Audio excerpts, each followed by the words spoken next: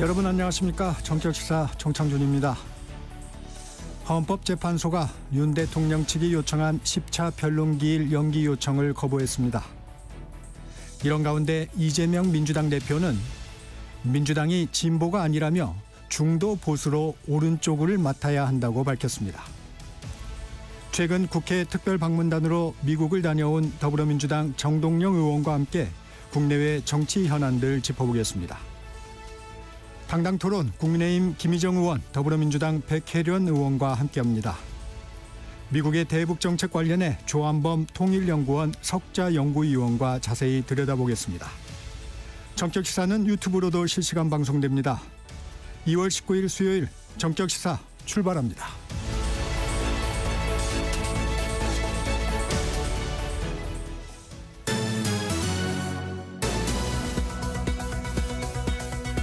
뉴스브리핑 시작합니다. 세계일보 이현미 기자 나와 있습니다. 안녕하세요. 안녕하세요. 우크라이나 전쟁을 끝내기 위한 미국과 러시아의 협상 소식부터 전해주시죠. 네, 미국과 러시아는 어제 우크라이나를 배제한 채 사우디아라비아에서 장관급 회담을 열었습니다. 양국이 우크라이나 전쟁을 끝내기 위해 대면한 건 이번이 처음인데요. 미국에선 마코 루비오 국무장관이, 러시아에선 세르게이 라브로프 외무장관이 회담을 이끌었습니다. 네. 양측은 4시간 넘게 회담을 진행한 뒤 종전 논의를 위한 별도의 협상팀을 꾸리기로 합의했고요. 루비오 장관은 분쟁 종식은 우크라이나와 유럽, 러시아 등 당사국 모두가 수용할 수 있어야 한다면서 모든 당사자의 양보가 필요하다고 밝혔습니다. 이번 회담은 지난 12일 트럼프 대통령과 푸틴 대통령이 첫 통화를 하면서 성사됐는데, 트럼프 대통령은 통화 직후 우크라이나가 러시아에 뺏긴 영토를 완전히 수복할 가능성은 없어 보인다, 우크라이나의 나토 가입은 실용적이지 않다면서 러시아의 입장을 거드는 종종 구상을 밝혀 우크라이나와 유럽의 반발을 샀습니다. 네. 트럼프 대통령은 조금 전에 아마 이달 안에 푸틴을 만날 것이라고 밝히기도 했습니다. 네. 젤렌스키 우크라이나 대통령은 침략 당사국인 우크라이나를 배제한 종전협상은 받아들일 수 없다고 했고요. 유럽연합도 유럽을 패싱한 채 회담이 이루어졌을 뿐 아니라 미국이 양보를 언급하면서 러시아에 대한 유럽연합의 제재 해제를 시사해 반발하는 분위기가 더 커졌습니다. 유럽 주요국 정상들은 어제 프랑스 파리에서 긴급 회동을 가졌는데요. 네. 이들은 유럽을 패싱한 트럼프식 방식에 당혹감을 감추지 못하면서 당사자가 배제된 종전협상은 유럽의 안보를 더 위태롭게 할 수 있다고 경고했습니다. 그러면서 에마뉘엘 마크롱 프랑스 대통령이 제안한 우크라이나의 평화유지군을 파병하는 방안을 어제 회동에서 논의했지만 네. 각국의 시각차가 너무 커서 결론을 내진 못했습니다. 유럽연합은 오늘 더 많은 국가가 참여하는 2차 회의를 열 예정입니다. 네, 어제 있었죠. 대통령 탄핵 심판 9차 변론, 그 내용도 전해주시죠. 네, 어제 헌법재판소에서 열린 윤석열 대통령 탄핵 심판 9차 변론은 앞서 진행된 증인신문 내용과 지금까지의 주장을 정리하는 시간으로 채워졌습니다. 네. 그렇다 보니 국회 측과 윤 대통령 측은 기존의 주장을 되풀이했는데요. 국회 측은 비상계엄 선포는 국민 신뢰를 배신한 행위라고 비판했고, 윤 대통령 측은 아무 일도 일어나지 않은 경고성 계엄이었다고 강조했습니다. 윤 대통령 측은 부정선거론을 재차 주장하면서 계엄 선포 배경과 군 투입의 정당성을 뒷받침하려는 모습을 보였고요. 변론 시작 전에는 입장문을 내고 정계선 헌법재판관과 국회 측 대리인인 김희수 변호사가 사법연수원 사제지간이라며 공정성에 의문을 제기했습니다. 네. 국회 측은 지금까지 헌재 심판정에 증인으로 나온 적이 없었던 문상호 전 국군 정보사령관에 대한 수사기관의 진술조서를 증거로 제시했는데요. 윤 대통령 측 대리인인 조대원 변호사는 해당 조서를 증거로 쓰려면 이 법정에서 증인으로 신문할 기회를 주는 게 형사소법 취지에 맞다고 반발했습니다. 그러나 문영배의 헌재 권한대행이 이런 항의를 들어주지 않자 조 변호사는 자신의 가방을 챙긴 뒤 심판정을 아예 나가버리며 항의 표시를 했습니다. 네. 내일로 예정된 변론기를 좀 미뤄달라는 윤 대통령 측 요구도 받아들여지지 않았습니다. 네, 윤 대통령은 20일 오전 내란 우두머리 혐의에 대한 첫 형사재판과 구속취소 신문에 참석한 뒤 오후 2시에 열리는 헌재 변론에 곧바로 참석해야 하는 어려움을 호소하며 일정을 연기해달라고 요구했는데요. 헌재는 시간대가 달라 미룰 이유가 없다며 거부했습니다. 대신 1시간 늦춘 내일 오후 3시부터 10차 변론을 열고 한덕수 국무총리부터 홍장원 전 국정원 1차장, 조지호 경찰청장 순으로 2시간씩 신문을 진행하기로 했는데 네. 그동안 건강상의 이유로 참석하지 않았던 조 청장은 이번에도 출석하지 않을 가능성이 있습니다. 윤 대통령이 어제 변론 참석을 위해 헌재 앞까지 왔다가 심판정에 들어가지 않고 구치소로 되돌아간 장면도 눈에 띄었는데요. 윤 대통령 측은 원활한 재판 진행을 위해 오늘은 대리인단에 맡기기로 한 거라고 설명했습니다. 네. 국회에선 상임위 문턱을 넘지 못하고 있는 반도체 특별법, 이것을 놓고 여야가 공방을 벌이고 있네요. 네, 국민의힘은 반도체 연구개발 인력이 주 52시간제에 묶여있는 점을 부각하며 반도체 특별법이 상임위 소위조차 넘지 못한 건 민주당 책임이라고 밝혔습니다. 권성동 원내대표는 4차 산업의 기반이 되는 반도체를 묶어놓고 어떻게 성장을 얘기하고 미래산업 육성을 입에 담을 수 있느냐. 이는 육상 선수 발목에 족쇄를 채워놓고 열심히 뛰라고 응원하는 것과 같다고 말했습니다. 그러면서 민주당 이재명 대표가 주 52시간제 예외에 동참할 것을 시사했다가 반대 입장으로 돌아선 걸 언급하며 이 대표가 외치는 친기업가 성장은 거짓말이라고 말했습니다. 반면 민주당은 반도체 특별법 통과가 무산된 건 국민의힘의 반대 때문이라고 반박했는데요. 네. 이재명 대표는 여당이 주 52시간제 예외 조항 없이는 어떤 것도 합의할 수 없다는 무책임한 몽리를 부리고 있다고 비판하면서 계엄으로 국가 경제를 이 지경까지 만들어 놓고도 부족하냐, 합의 가능한 것부터 우선 처리하자고 강조했습니다. 정부는 내일 열리는 여야정 국정협의회에서 반도체법 처리를 최우선 과제로 다룰 방침인데요. 여야가 주 52시간제 예외 적용을 놓고 팽팽하게 맞서고 있어 이월 내 처리가 과연 가능하겠냐는 우려가 나옵니다. 여야정 국정협의회가 변곡점이 되겠군요. 네. 네. 다음은 하늘양 피살 사건과 관련해 어제 국회에서 현안 질의가 있었죠? 네, 국회 교육위원회는 어제 학교 교사에게 살해된 김하늘 양 사건과 관련해 현안 질의를 진행했습니다. 이주 교육부 장관과 설동호 대전교육감이 참석한 가운데 회의는 김 양을 추모하는 묵념으로 시작했는데요. 이 장관은 학교에서 일어나선 안 될 일이 일어났다, 깊이 사죄 말씀을 드린다고 했습니다. 여야 의원들은 김 양을 숨지게 한 교사가 40일간 폭력성을 보였는데도 교육 현장에서 분리되지 않은 점을 질타했고요. 특히 사건 당일 오전에 장학사들이 학교를 찾아가 놓고도 교사를 분리하지 않은 점에서 인재가 발생한 것이라고 비판했습니다.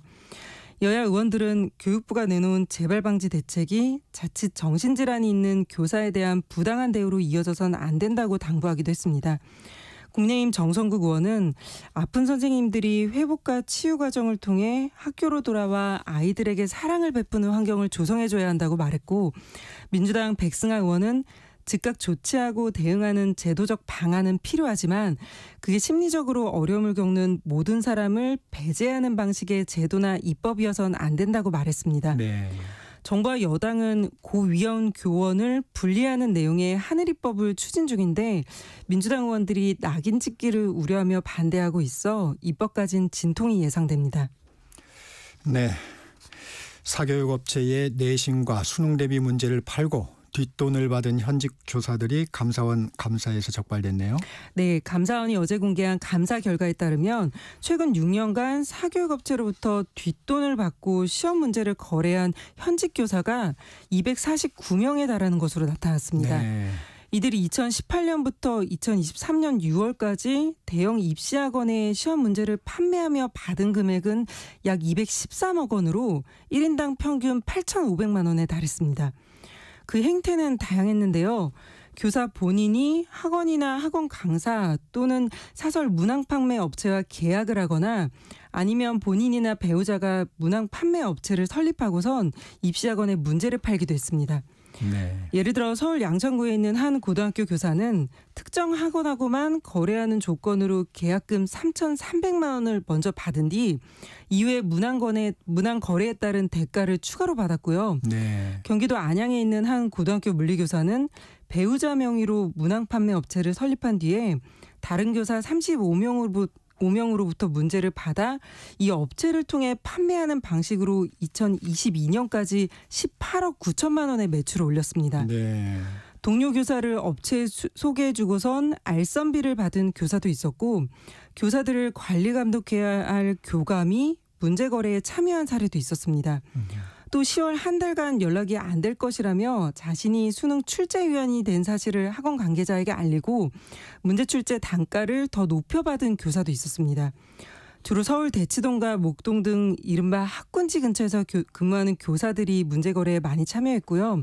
과목으로는 과학 문제 거래가 가장 많았고 그 다음은 수학이었습니다. 교사들의 이런 영리행위는 국가공무원법과 사립학교법, 청탁금지법 위반으로 감사원은 비위 정도가 큰 29명에 대해 관할 교육청에 징계를 요구했습니다. 오늘은 여기까지 듣겠습니다. 뉴스브리핑 세계일보 이현미 기자였습니다. 고맙습니다. 감사합니다. 정적시사 듣고 계신 지금 시각 7시 31분입니다. 전격시사 날씨 정보입니다. 어제 아침보다 더 춥습니다. 한파특보가 발효 중인 내륙 곳곳의 기온은 영하 10도 아래로 떨어져 있고요. 서울은 지금 영하 5.4도, 대구 영하 3.6도 등으로 어제 아침보다 2도에서 4도 정도 낮습니다. 낮 기온도 어제보다 조금 떨어지면서 서울 1도, 대전, 광주 3도, 부산 6도 등에 머물겠고 이번 추위는 다음 주 초까지 길게 이어질 전망입니다. 오늘 대부분 지역의 하늘이 대체로 맑겠지만 서해안에는 빗방울이 떨어지거나 눈이 날리는 곳이 있겠습니다. 대기는 매우 건조해서 지금 전국 곳곳에 건조특보가 발효 중이고요. 바람도 강하게 불고 있어 불조심하셔야겠습니다. 현재 서울의 기온은 영하 5.4도입니다. 날씨 정보 송소진입니다. 이어서 이 시각 교통 상황을 KBS 교통정보센터 임초희 씨가 전해드립니다. 네, 이 시각 교통정보입니다. 출근 정체 시작되고 있는데요. 오늘 고장난 차 발생이 아침부터 잦습니다. 분당 수서로 성남 쪽 청담대교 남단 부근 3차로에 고장난 차 있고요. 반대 청담대교 쪽으로도 탄천일교 부근 2차로에 고장난 차가 생겨서 뒤로 복정부터 30분 정도 걸리고 있습니다. 올림픽대로 잠실 쪽 방화대교 부근 4차로에서도 고장난 차 처리하고 있습니다. 행주대교부터 정체가 심하고요. 이후에는 여의하류에서 한강대교까지 정체입니다. 강변북로 구리 쪽 방화대교에서 동작대교까지 쭉 막히고요. 수도권 제1순환고속도로 일산에서 판교 쪽은 계양에서 송내, 또 장수에서 소래터널, 그리고 시흥 요금소에서 안현분기점까지 모두 교통량이 늘었습니다. 경부고속도로 서울 방향은 수원에서도 정체가 되기 시작했고요. 이후에는 달래내에서 반포나들목까지 답답합니다. KBS 교통정보센터에서 임초희였습니다.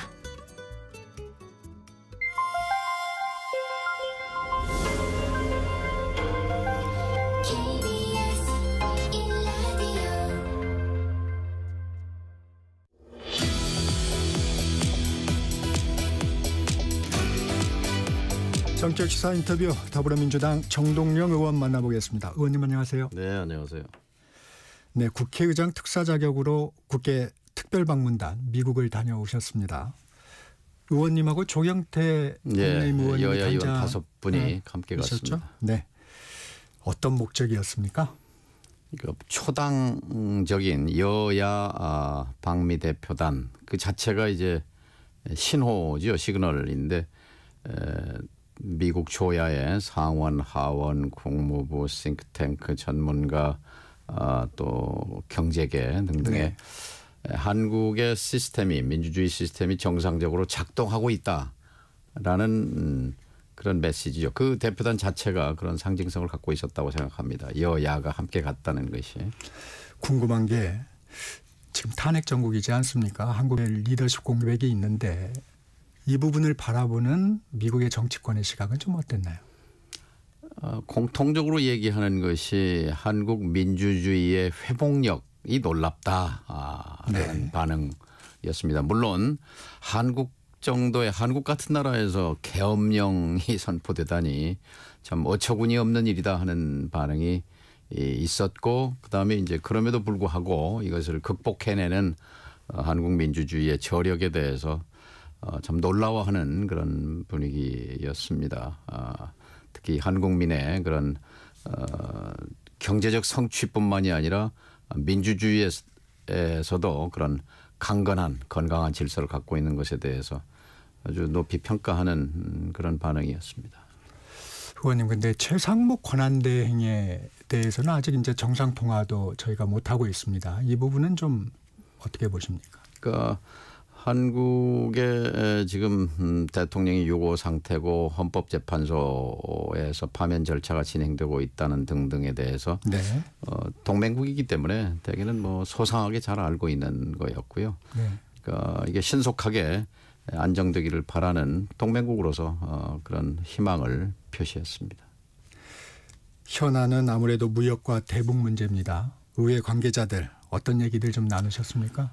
이제 저희는 두 가지에 집중했는데요. 하나는 이제 무역 관계고 하나는 이제 안보 문제인데, 무역과 관련해서는 이제 지금 트럼프 대통령이 뭐 동맹 비동맹을 가리지 않고 무차별로 지금 폭격을 하고 있는 상황인데, 네, 그렇습니다. 네.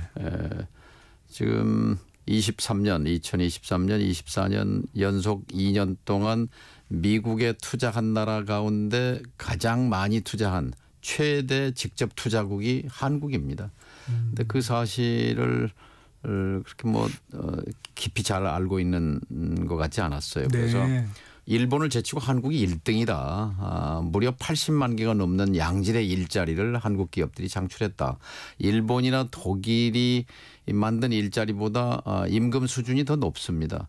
한국 기업에 취업한 미국 사람들 평균 기업들. 임금이 네. 10만 불이 넘거든요. 10만 네. 6천 불의 평균. 근데 일본이나 독일은 8, 9만 불 수준이니까 이제 그런 거에 대해서 이제 갑을 관계가 바뀌는 느낌이었습니다. 우리가 이만큼 미국 경제에 기여하고 있다. 그런데 정권이 바뀌었다고 해서 바이든 정부 때 약속했던 보조금이라든지 세액공제라든지 그런 혜택을 없앤다는 게 말이 되느냐 하는 사실 굉장히 국익을 위해서 저희들이 기여를 했다고 생각합니다. 상원의원, 하원의원들 다 영향력이 있는 분들이었습니다. 네. 동아태 위원장, 한반도 동북아 문제에 대해서 발언권이 있는 정치인들이었기 때문에 그분들이 굉장히 이 한국 대표단의 그런 메시지에 대해서 아주 이해하고 공감하는 분위기였습니다.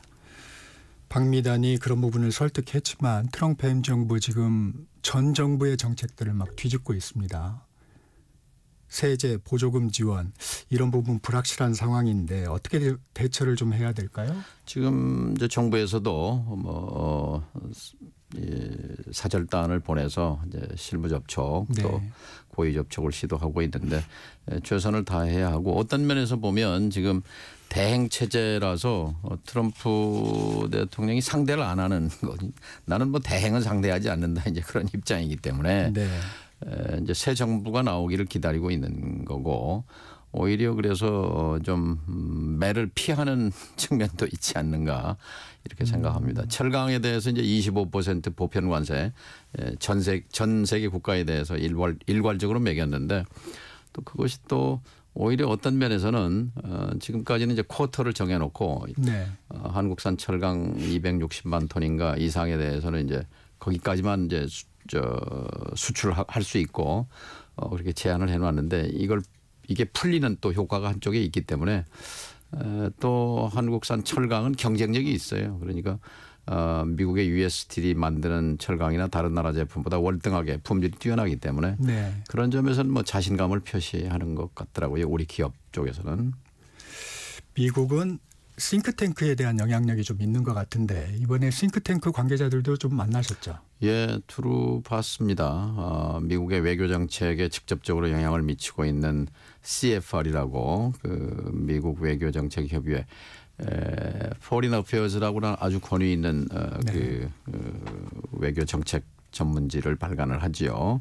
또 NCAF이라고 미국 외교 정책 협의회, 또 허드슨 연구소, CSIS, 네. 브루킹스, 헤리티지 뭐 전문가들을 거의 대부분 만난 셈이에요. 그래서 이제 미국은 싱크탱크 사람들이 집권하면 민주당 연구소 사람들이 정부로 이동하고 또 정권을 뺏기게 되면 연구소로 와서 이제 정책을 네. 다음을 준비하고 이런 시스템이기 때문에 이분들의 인식이 굉장히 중요합니다. 네. 그래서 갈 때마다 느끼는 겁니다만 한국의 존재감입니다. 존재감. 그러니까 한국의 민주주의, 한국의 기업들 특히 이 반도체, 자동차, 배터리, 바이오, 철강 자기들이 이 제조업 부분에 대해서는 지금 공동화돼 있다고 생각하는데 한국은 거의 전 분야에 걸쳐서 경쟁력을 갖고 있다고 보기 때문에 우리가 생각하는 대한민국보다는 미국의 싱크탱크에서 보는 대한민국은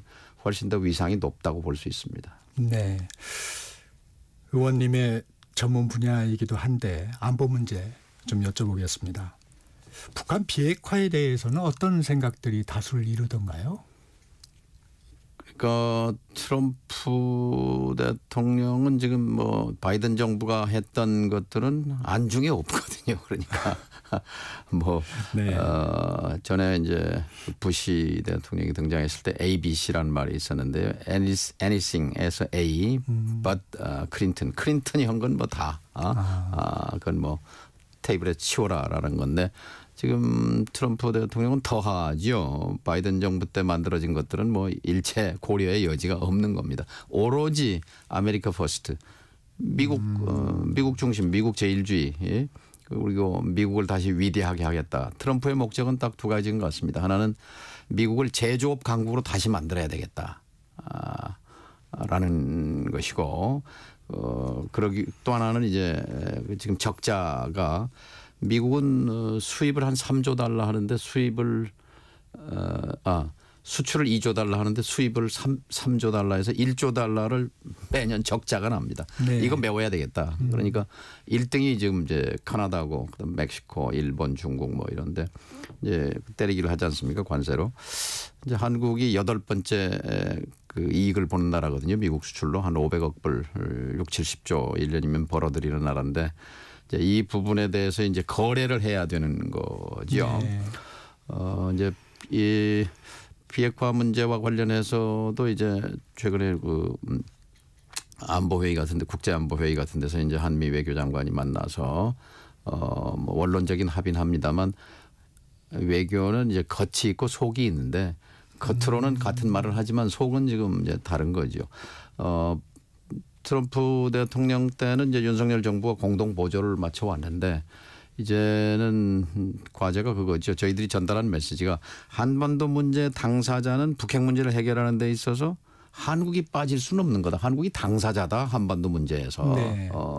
그래서 일방적인 트럼프 대통령의 일방적인 생각만으로 해서는 안 된다는 그런 메시지를 전달한 거죠. 이 매년에서 열렸던 한미일 외교장관 회담에서 북한의 완전한 비핵화가 명시가 돼서 한국 패싱 우려가 좀 줄어들었나 했더니 또 그렇게 볼 수만은 없는 거군요. 아까 말씀드린 이제 트럼프는 하나는 돈이고 두 번째는 이제 본인의 과시욕이고 네. 가자 종전, 가자 휴전 그리고 우크라이나 전쟁 휴전 그다음에 이제 북핵 문제의 위험성을 줄이겠다는 거죠. 관심은 이제 미국의 안전입니다. 한국의 안전이 아니라 그러니까 북이 핵무기를 지금 갖고 있는 걸 거의 인정하는 거죠. 뉴클리어 파워라는 표현. 네, 그 단어 때문에 걱정을 많이 했습니다. 뉴클리어 웨펀 스테이트, 핵 보유 국가다 하는 그런 정식 명칭은 아니지만 인식 속에는 이제 그 정도 가졌으면 충분하지 않냐. 이제 이런 인식이 있는 거고 그러나 이제 핵과 운반수단 두 개의 문제가 있잖아요. 이제 미국까지 닿을 수 있는 ICBM 그 대륙간 탄도 미사일 이거를 없애는 것이 우선순위 1번이라고 생각이 됩니다. 트럼프 머릿속에는요. 근데 이제 우리는 이제 한반도 비핵화라는 최종 목표를 포기할 네. 수 없는 거니까. 물론 현실은 김정은 입장에서 김정은 위원장이 호락호락 핵을 내놓겠습니까? 그 현실은 직시하면서 그러나 비핵화라는 최종 목표를 향해서 단계적인 아마 핵 동결부터 시작하는 건 불가피할 겁니다. 1단계 핵 동결, 2단계 불능화, 3단계 폐기로 가는 수순은 이제 어찌할 수 없는 그 현실이라고 보고 어쨌든 새 정부 출범과 함께 긴밀한 한미 소통 이것이 이제 최우선 과제입니다. 지금 단계적인 절차를 좀 말씀을 해 주셨는데 의원님은 북한의 비핵화가 가능하다고 보세요? 이걸 포기할 수 없는 가치입니다. 왜냐하면 비핵화 없는 한반도의 평화 통일은 불가능하기 때문에 그렇습니다. 우리가 평화 통일을 포기하면 모르지만 포기하지 않는다면 그건 추구해야 할 목표가 되는 거죠. 국민의힘에서는 비핵화가 어렵다면은 상응하는 핵무력을 우리도 좀 갖춰야 되지 않느냐 이런 주장들이 현실성이 많습니다. 떨어지는 거죠. 핵무장론과 전술핵 재배치론을 얘기하는데 미국에서는 씨알도 안 맥히는 소리입니다. 그래서 그거는 이제 지금 갖고 있는 이른바 미국의 핵 억지력, 구체적으로는 괌에 있는 전략 자산, 그러니까 핵무기를 실어올 수 있는 이 초고성능 폭격기가 있는 것이고 SLBM이라고 해서 핵 잠수함이 한반도 주변 누구도 뭐 탐지는 못하지만 한반도 주변을 돌고 있는 핵무기가 있는 겁니다. 그러니까 이것을 이제 북이 겁내는 거고 그것을 억지하겠다고 지금 북이 핵무기를 저장하고 있는 거기 때문에 그것 플러스 역대 정부가 추진해온 삼축 체계 선제 타격 그리고 미사일 방어망 그리고 대량 핵 보복 능력 대량 보복 능력 뭐 이 삼축 체계라는 것을 결합하면 억지력은 충분하다고 생각합니다. 문제는 거기에 지금 외교가 빠지고 남북 관계가 적대화되고 긴장이 올라간 것이 문제이기 때문에 이제 여기에 더해서 그 북미 대화, 남북 대화 그리고 외교를 통한 해결이 더해지면 저는 발 뻗고 잘 수 있는 한반도 상황 충분히 가능하다고 생각합니다. 네, 윤 대통령 탄핵 심판 얘기로도 좀 넘어가 보겠습니다. 윤 대통령 측이 10차 변론기일을 좀 연기해달라 요청했는데 헌재가 거부를 했습니다. 아무래도 이제 신속하게 재판을 진행하겠다는 의지로 보이는데 어떻게 보셨어요, 이거? 저는 이 말씀을 꼭 드리고 싶습니다. 헌법재판소는요 그냥 하늘에서 뚝 떨어진 게 아니라 네. 국민의 피와 눈물로 만들어진 제도입니다. 6월 시민항쟁, 6월 국민항쟁의 민주화 운동의 상징으로서 탄생한 것이 헌법재판소예요. 헌법재판소는 국가 권력의 권력 남용을 방지하고 그리고 국민의 기본권을 보호하는 이 헌법 수호의 최종 기관입니다. 이 권위를 흔드는 것은 안 됩니다. 그리고 헌재는 지금 정상적인 절차, 정상적인 속도로 진행되고 있습니다. 그 중에 하나 이제 지금 어거지 쓰는 자꾸 이게 시간 늘리려고 하는 그런 뭐 증인 신청 이런 거 이제 기각한 거, 그건 당연한 절차라고 생각합니다. 좀 서두른다는 비판에는 동의하지 않으시는군요. 정상적인 속도, 정상적인 절차라고 생각합니다. 어제 9차 변론을 보니까 이제 수사기관의 그 조서를 증거로 채택하는 문제에 관해서 윤 대통령 측이 아니 이거 형사재판에서도 못 쓰는 증거를 여기 탄핵 심판에서 쓰면 위법 아니냐 이렇게 강력히 항의를 했습니다. 헌법재판소가 지금 윤석열 파면에 관해서 심리하고 있는 거의 핵심은 뭐냐면 대통령으로서 헌법을 수호할 의지가 있는가 또 헌법을 위반했는가가 핵심입니다. 그러니까 헌법에 분명히 이 대통령은 헌법의 수호자입니다. 헌법의 수호자가 헌법 77조에 있는 자기는 대통령의 권한이라고 얘기하는데 헌재가 보기에 그것이 과연 전시사변 그에 준하는 국가 비상사태에서 정상적으로 계엄령을 선포했느냐 그게 핵심입니다. 그걸 판단하기 위해서 이제 자료를 채택하는 거죠. 의원님 지금 상황으로 보면 3월 초중순에는 탄핵 심판 결정이 날 거다 이런 예상들이 많습니다. 문제는 그 후폭풍이 걱정입니다. 후폭풍 어떻게 전망하십니까? 우리가 서부 법원의 이제 폭동, 난동을 이제 떠올리는데요. 있을 수 없는 일입니다. 이것은 한국의 법치주의가 작동한다면 있을 수 없는 일입니다. 감히 어떻게 헌법재판소의 결정을 난동으로 폭동으로 훼손할 수 있다는 말입니까? 그런 발상 자체가 그런 걸 전달하는 매체, 미디어의 그런 우려 자체가 저는 과장됐다고 생각합니다. 명태균 특검법 얘기도 좀 해보겠습니다. 먼저 수사가 서울중앙지검으로 이송이 됐어요. 어떤 배경으로 보세요? 정말 이제 검찰의 본질, 본색이 드러나는 건데요. 그러니까 검찰은 국민에게 복무해야 하는데 지금 갈수록 말하자면 특히 윤석열 정권 하에서의 검찰은 완전히 이 대통령의 수족으로서 기능해온 것 아니겠습니까? 그러니까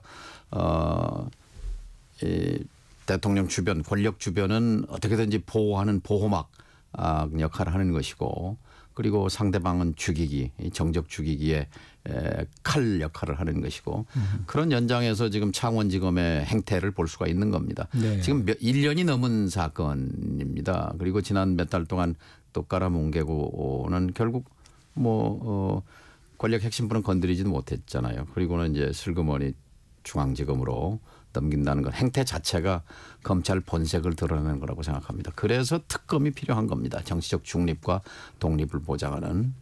네, 의원님, 이게 비상계엄 이후에는 사실 검찰이 수사를 주저할 이유는 의원님 말씀대로 한다면 현재 없었을 것 패밀리라고 같은데. 볼 수 있죠. 어떤 면에서는 아직도 그런 위계 질서가 작동하고 있다고 봅니다. 명태균 특검법이 발의된 상황에서는 김건희 여사에 대한 조사는 불가피하겠죠? 당연하죠. 김영삼 대통령 시절 그 금쪽 같은 아들 아닙니까? 김대중 대통령도 마찬가지고요. 대통령 가족에 대한 엄정한 수사. 대통령 부인도 예외가 될 수 없죠. 한 사람이라도 법 위에 있으면 법치 질서는 무너집니다. 지금 무너져 있는 거죠. 국민의힘에서는 거부권을 건의하겠다고 해요. 실질적으로 법이 발효될 수 있을까요? 어제 거부권 지금 행사해달라고 하는 최상목 부총리와 국민의힘은 네. 한 통속이잖아요. 한 가족이기 때문에 거부권 행사하겠죠. 그렇게 되면 재의결을 하더라도 좀 어려워 보이는데 어떻습니까? 결국은 시한부죠. 그리고 금방 말씀처럼 이 검찰이 전체가 다 정치 검찰은 아니잖아요. 그중에 출세한 일부 검찰이 정치 검찰이고 검찰 조직 자체는 그래도 검찰 본연의 임무에 충실하다고 생각하기 때문에 저는 이 탄핵과 이 소용돌이 속에서도 엄정한 법 집행은 이루어져야 된다고 생각합니다. 이것도 좀 여쭤볼게요. 이재명 대표의 공직선거법 항소심 다음 주에 아마 결심 공판이 있을 거고 3월이면 이제 판결이 나올 것으로 보이는데 이 결과가 민주당의 어떤 지형에 좀 변화가 있을까요? 저는 결과에 따라 무죄 가능성이 꽤 높다고 생각합니다. 네. 1심 저도 판결문을 꼼꼼히 읽어봤는데요. 그건 굉장히 감정적 판결이었습니다.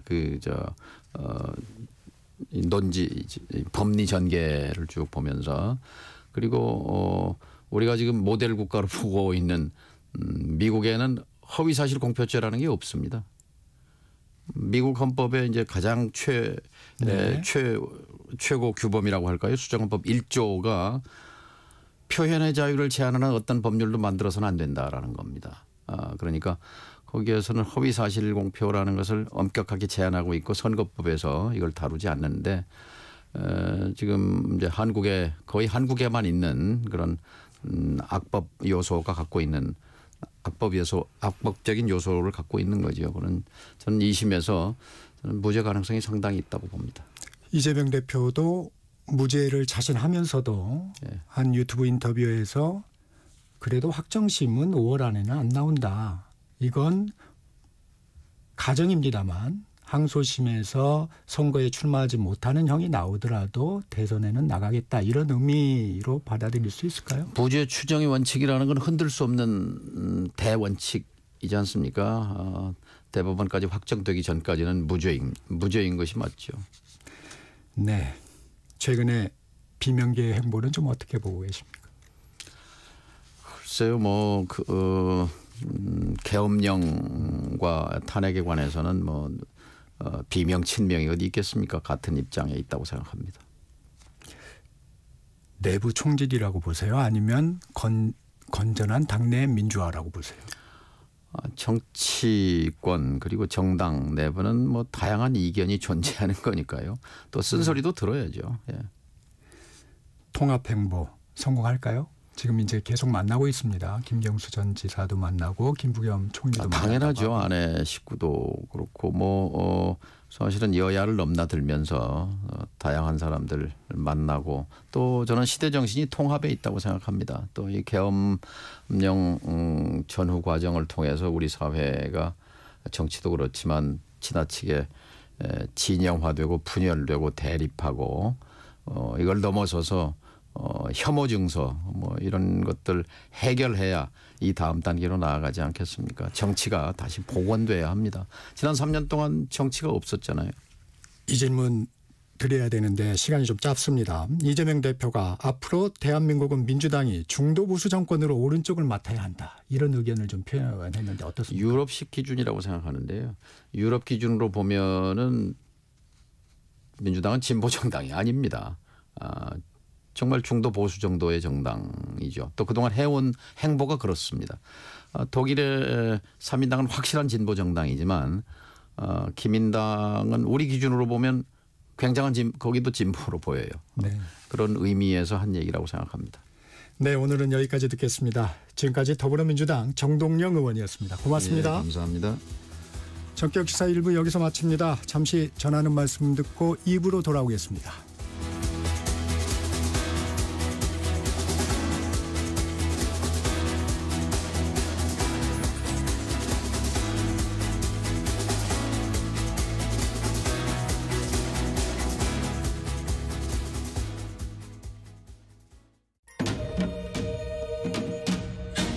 광복 80년 KBS 라디오 캠페인 밸류업 대한민국.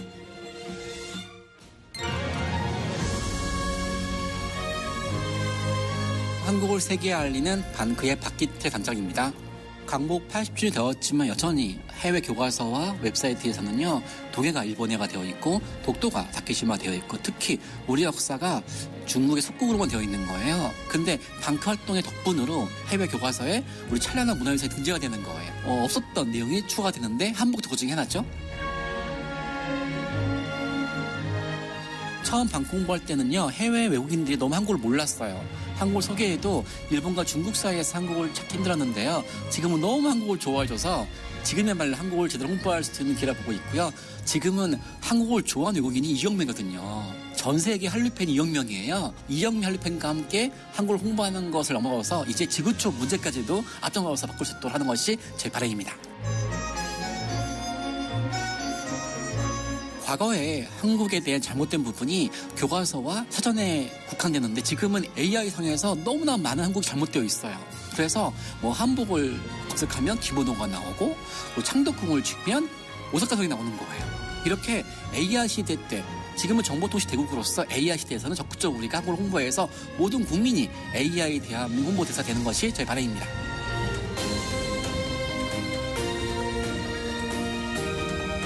광복 80년 우리가 가야 할 길을 묻습니다. KBS 라디오 캠페인 밸류업 대한민국이었습니다.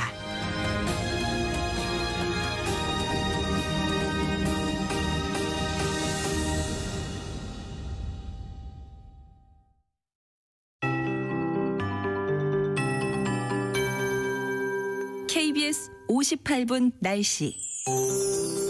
계절의 시계가 거꾸로 가는입니다. 어제보다 기온이 더 내려가면서 예년 이맘때 기온을 5도 안팎 밑돌고 있는데요. 현재 서울의 기온이 영하 5.3도, 찬바람의 체감 온도는 영하 10도 정도로 나타나고 있고 부산의 지금 기온은 영하 2.2도지만 체감상 영하 5도 정도로 느껴지고 있습니다.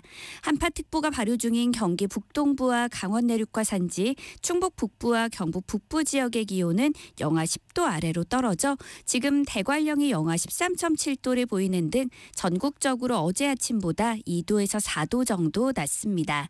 낮 기온도 어제보다 떨어지면서 서울 1도, 대전, 광주 3도, 강릉 4도, 대구 5도 등에 머물겠고요. 이번 추위는 다음 주 초까지 길게 이어질 전망입니다. 오늘 대부분 지역의 하늘이 대체로 맑겠지만 추위 때문에 충남 서해안과 전라도 서부 지역, 제주도에는 낮까지 빗방울이 떨어지고 내리거나 눈이 날리는 곳이 있겠고요. 울릉도 독도에는 모레까지 최고 20cm의 많은 눈이 내리겠습니다. 찬바람은 내일까지 전국적으로 강하게 불겠고 또 대기가 많이 건조해서 일부 수도권과 강원도, 경상도에는 건조특보가 발효 중이니까요. 불조심하시기 바랍니다. 현재 서울의 기온은 영하 5.3도입니다. 송소진입니다.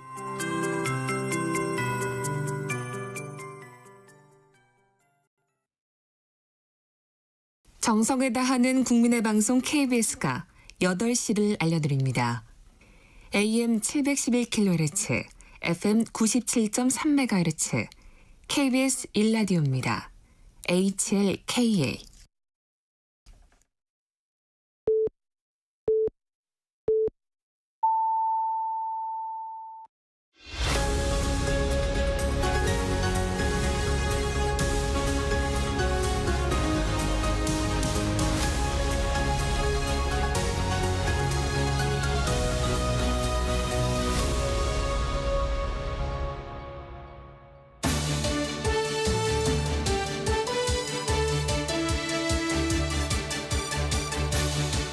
한 주의 한가운데서 여당 야당 입장을 당당하게 토론하는 당당토론, 함께해 주실 두 분 소개합니다. 김희정 국민의힘 의원, 백혜련 더불어민주당 의원 자리했습니다. 고맙습니다. 네, 반갑습니다. 안녕하세요.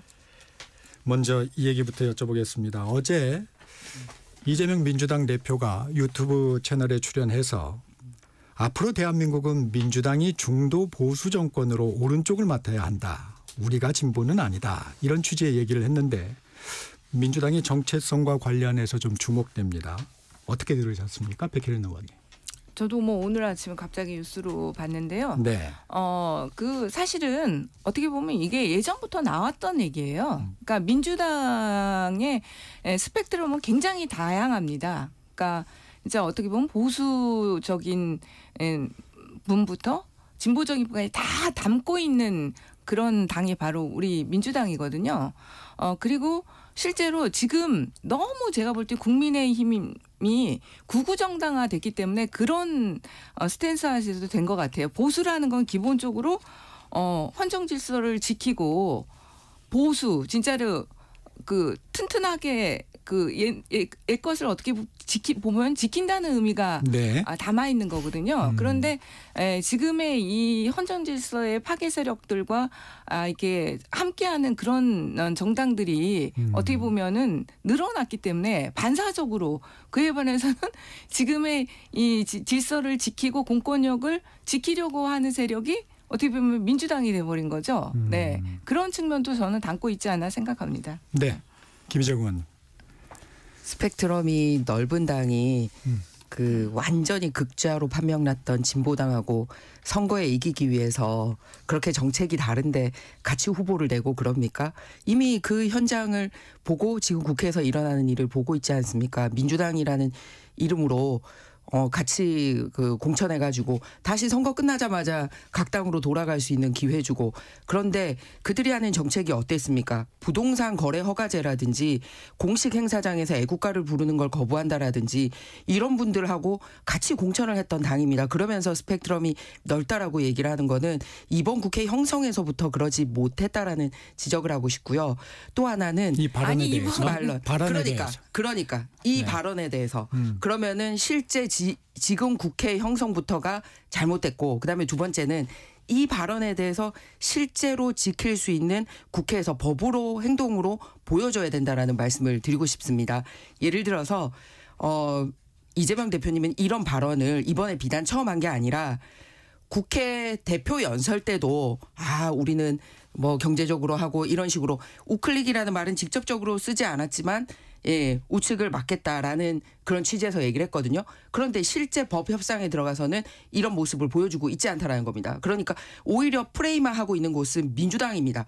본인들이 바뀐 것처럼 하고 지금 우측에 있거나 중도에 있는 사람들의 마음을 사기 위해서 말로는 그렇게 하고 있는데, 실제 그렇다면 에너지 관련법이라든지 반도체법이라든지 소위 우측에서 얘기하고 있는 법에 대해서 행동으로 보여주는 거를 해야죠. 그러지 않으면 이것도 또한 뻥사니즘의 일환이다라는 말씀을 드리고 싶습니다. 그리고 실제로 지금 저도 진짜 별로 싸우고 싶지 않은데 왜 이렇게 열을 내시는지 좀 모르겠네요. 먼저 팩트부터 지금의 국회가 무슨 해산된 통합 진보당하고 같이 한 국회입니까? 전혀 아니에요. 지금은 어차피 그 정당은 해산이 됐고요. 지금의 국회를 마치 우리가 무슨 문제된 정당과 해가지고 한 것 같이 하니 그것 자체가 잘못됐습니다. 팩트 자체를 좀 명확하게 하셨으면 좋겠고 우리 당은 예전부터 경제를 중심으로 했고 지난번에도 말했지만 반도체 특별법을 제일 먼저 제기하고 적극적으로 한 사람이 우리 당의 김태년 의원님이에요. 경제 성장과 관련해서도 그동안 많은 법들을 한번 저는 비교해봤으면 좋겠어요. 우리 당 의원님하고 국민의힘 의원님들하고 누가 더 많이 냈는지 제가 볼 때는 지금 산출을 안 해봐서 모르겠지만 우리 당 의원님들이 낸 법안들이 더 많을 거라고 생각합니다. 자, 기본 정신은 민주당에 있었다. 그다음에 국민의힘에서는 행동으로 보여줘야 된다. 이런 의미로 좀 받아들일 수 있겠습니다. 윤 대통령 탄핵 심판 얘기 좀 해보겠습니다. 헌법재판소가 내일로 예정된 변론기일 연기해달라는 윤 대통령 측 요청 받아들이지 않았습니다. 이 부분은 좀 어떻게 보셨습니까? 백혜련 의원.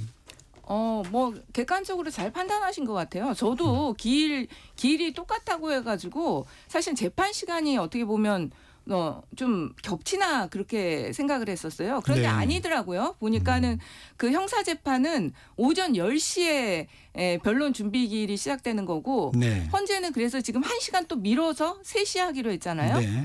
근데 변론 준비 기일은 사실 오래 걸리지가 않습니다. 제가 여태까지 변론 준비 기일 봐가지고 2시간 이상 넘긴 그 변론 기일 사건 거의 본 적이 없는 것 같아요. 그러니까 다 그냥 오전에 끝날 거예요, 아마.